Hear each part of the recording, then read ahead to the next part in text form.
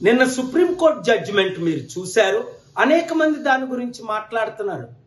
SC వర్గీకరణ గురించి, divide and conquer rule ని చివరిగా నరేంద్ర మోదీ గారు మందకృష్ణ మాదిగని కలిసిన తర్వాత ఏమైనా ఇన్ఫ్లుయెన్స్ తో ఇది వచ్చిందా, లేదా 7 జడ్జిల్లో 6 రూలింగ్ చేసి ఒకరెందుకు ఇంకొక విధంగా ఇంటర్ప్రిట్ చేశారు?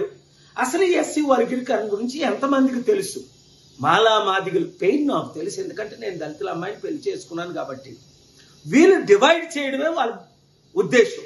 చంద్రబాబు నాయుడు గారు 94లో సంవత్సరం ముఖ్యమంత్రి కాకముందు మాలా మాదిగల ఓట్లు ఎక్కువ కాంగ్రెస్ పడుతున్నాయని, మాదిగల్ని డివైడ్ చేస్తే మనకు ఓట్లు పడతాయని అక్కడ ఆయన, తెలంగాణలో నరేంద్ర మోదీ గారు ముఖ్య ఉద్దేశం మీ అందరికీ తెలిసింది. అసలు జాబ్స్ ఇచ్చినయే తక్కువ. ఎక్కడున్నాయి? 1000 మంది అప్లై చేస్తే ఒక్క జాబ్ ఉంది, 990 మంది నిరుద్యోగులు ఉన్నారు. అలాంటిది ఈక్వల్ గా జాబ్స్ ఉంటేనే కదా ఇవ్వడానికి. ఇది అంతా పొలిటికల్ గేమ్ అని గమనించిన రోజునే తెలుగు రాష్ట్రాలు 60% ఉన్న బీసీ ముఖ్యమంత్రి అవుతాడు.